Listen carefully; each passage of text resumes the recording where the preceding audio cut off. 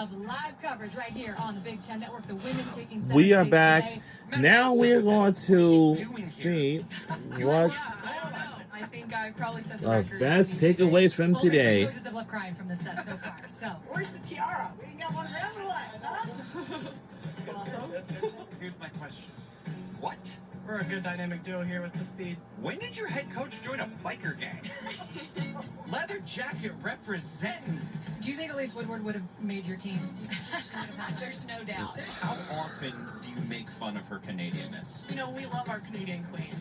Are there a lot of outdoor basketball courts in Alaska? She's fun to coach. I call her Larry Bird because she just does a little bit of everything. I say Gianna Neepkins. You say... Shooter. So you and I both love Kennedy's. Okay, good. I'm glad we're on the same page, Coach.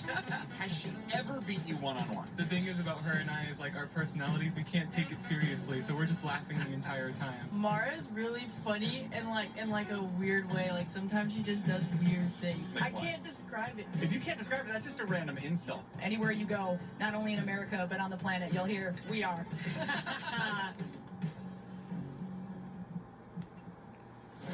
And we are back on set one final time as we put a bow on Big Ten Women's Basketball Media Day. Shimmy Miller, Elise Woodward, Ashley Adamson with you. 5 hours goes fast. Wow. I'm ready for more. Let's go. Elise has said this isn't a 7-hour show, which we thought it was at the beginning. Takeaways from Big So Ten many Women's different takeaways, Basketball so many Media different Day. Wonderful storylines. I loved hearing from the players. The coaches are phenomenal. For you, Shimmy, I'll start with you. Just your biggest takeaway from today. Well, the confidence. I spent all my time over there with those athletes, and just the confidence of those young women and what they project. I mean, I remember being with the Washington players, and last year, and they walked in and they were looking around and they were uncertain, like, is this really our new conference? Do we belong here? El Ladine, she owned that set. You know, it's like what a difference a year makes, but just the overall confidence that these players have brought to the season. For me, having a chance to talk to all 18 coaches, I will just say that I love, probably the best thing I love about this job is being able to talk with coaches and to pick their brains and to see what they're thinking about and the analytics and all that. And you as a former coach, Shimmy, you know how much they put into it, that hours upon hours. And I was thinking, okay, who is the best coach in the league? Who are the best coaches in the league? All I know is that there are so many phenomenal coaches that I would have wanted to play for. Like, ooh, I love them. Ooh, that's what really struck me is that this league, top to bottom, has coaches that can just help you out and coach you up. Tina Langley was the only one that said that you could have played. I paid her off. Yeah, I paid her off. and you did like talking to the coaches because there were several times in the break that we were like, Elise, we have to let Coach move on. We have another segment. The coaches were like, can I get away now? No, but that was my biggest takeaway, honestly, is just this is my first year covering Big Ten Women's Basketball Media Day, and just the caliber of coaches that this league has. And obviously we know the talent and the players and the programs and the tradition, but it is amazing to be able to learn from and listen to how they all do it a little bit differently. But I think at the end of the day, it all becomes back to the people. I love that Destiny Howell now knows that there is more than just tumbleweed. Madison Scott. So. Well, in her defense, same. Same. So, you know, she actually learned that much quicker than I did, but same. What are you most I mean, there's a million different things that we could talk about that we're interested in, but what are you most curious about as this season gets set to tip off? The non-conference scheduling, I thought that these coaches, these great coaches, schedule very confidently, very ambitiously. I mean, you see Connecticut pop up on this non-con schedule with 3 different teams, Notre Dame, you know, some Pac-12 rivalries have been renewed, Ole Miss, Auburn. Like, there are some really challenging schools early that the Big Ten teams are we facing in November and in December and even in January. So I am just curious to see how that is going to play out, how that is going to help the conference overall when it comes to selection time.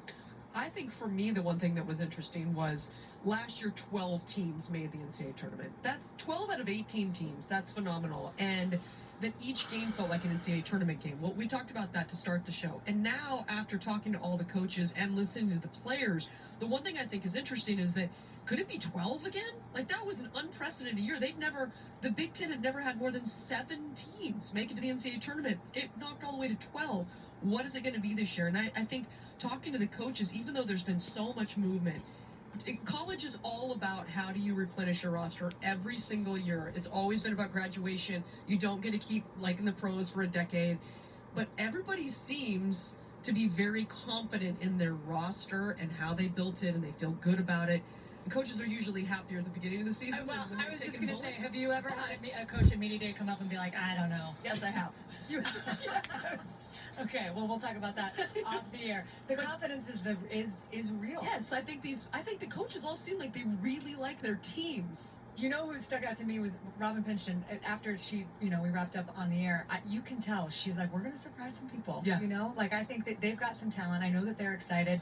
And we talk about the stars, and you look at the teams that we think are going to, finish at the top, the UCLAs and the Marylands and the Ohio States and USC. But it does feel like, as deep as this conference is, there are going to be, you never know every single night. You don't. Washington, they're going to be sneaky good. I thought that Tina Langley did a really good job of adding a couple of key pieces, Avery Howe being the main one. But Washington, again, those athletes were incredibly confident. It's almost like they know something we don't know. Yeah, yeah. Yeah, and I think that goes for what I think is going to be fun is that it's going to come down to those close games. And there's going to be so many close games, and it's going to be who can finish. Last year, Oregon found their way into the NCAA tournament because they won the close games. But it was also, we mentioned Iowa. They went through a stretch last year where they lost every single close game, and but they found a way to bounce back and finish strong in the second half of the season. I think that this conference, because it is so balanced and there's so many good players and so many good teams, that for me it's like every single day you're walking in, you're like, what do we got today? Who's gonna step up in the fourth quarter? Can we get 13 in? Yeah, well, let's give it a whirl. Let's give it a whirl. We'll find out. You know what is nice is having great teammates that make your job really easy. You guys rock. Thank you, Elise, Shimmy. I'm not Hey, going to man, get you all the way there. If it doesn't shine, it isn't mine. It isn't mine. That's what I right. learned today. I know. So many good nuggets and pickups as we get set to put a bow And here. tomorrow It has been a it'll be fabulous day the in 2025 Rosemont, B10 Illinois. And just a men's reminder, we're not done. basketball Big Ten basketball media day meetings special continue on tomorrow. Thursday with the men's starting Thursday at noon Eastern, at noon. 9 Pacific, only on the Big Ten Network and the Fox Sports app. Some final thoughts as we say goodbye to Women's Media Day. Mike and Christy, take us home.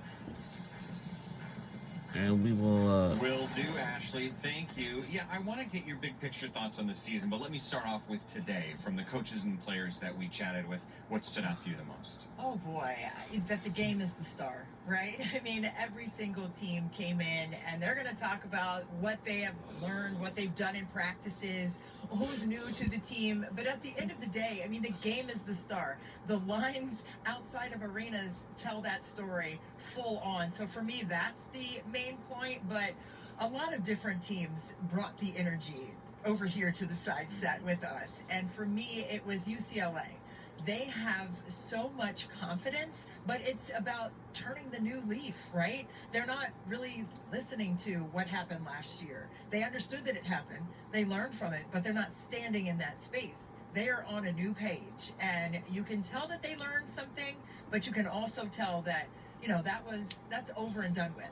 We're moving on to the next, and the unselfishness that stood out to me from the UCLA verbiage. I in a similar vein, I thought what was interesting, you hear freshmen and sophomore talk, and usually they talk one way, and you hear a senior talk, and they've got a different confidence. The Michigan Wolverines brought two graduate seniors who happened to be sophomores. How about that? I mean, the poise that those two had up here, what was it? They set the record for the first time ever in the Big Ten to have two freshmen score 500 points or more in Absolutely. a year. They feel like they've been here 4 or 5 years already. Yeah, I mean, they both averaged 16 points, and both of them collectively led all freshmen in scoring in the Big Ten last year. But absolutely, I mean, you have to have that level of confidence. Kim Barnes-Arico really has special players in her program that are going to continue to grow. But Silas Swords is an Olympian. Yep. I mean, let's not forget that. Played for the Canadian national team, so she's bringing that experience. But I am really excited to see the second-year jump. You always see that. You see that in the high school level. You see that collegiately. You learn something as a freshman, especially when you earn all those extra minutes on the floor. You know, one of the things that Elise and Shimmy were talking about with Ashley was that middle of the Big Ten. It feels like UCLA is going to be ranked in the top 5 all year. And in that middle, It's so deep. I mean, Jimmy was talking a lot about Washington. I think they're going to be a huge problem. Which one of those teams in the middle do you think is going to have a year that we're going to be talking about them a lot come January and February? I mean, Ohio State is 5th, right? I think that's a team that's going to be interesting to watch, right? Obviously, losing Cody McMahon, to Ole Miss, but they're bringing back some really great guard play with Jelani Cambridge and her sister, Kennedy Cambridge. I think that's going to be really fun to watch to see if they can get back to that national level and be in the top 2 or 3 in the conference. Right. I'll throw out Minnesota. If they can stay Agreed. healthy, that is a seriously talented, experienced team. Illinois could be a problem. Michigan State's got a great 1-2 combo at the top. Pace. USC, Maryland, we heard Jimmy talk about how good they could be. I mean, this is going to be a great year. You talk about an influx of talent. How about the number 1 and number 2 recruit in the country are in the Big Ten in Jazzy Davidson and Sienna Betts? How about a storyline to follow in Joe McEwen, his final year as head coach? We saw the USC Trojans win the regular season last year. Who will win it this year? Final Four's in Phoenix. The season starts early in September. We'll see you guys at Aldo. We'll see you all next time. Hurry up.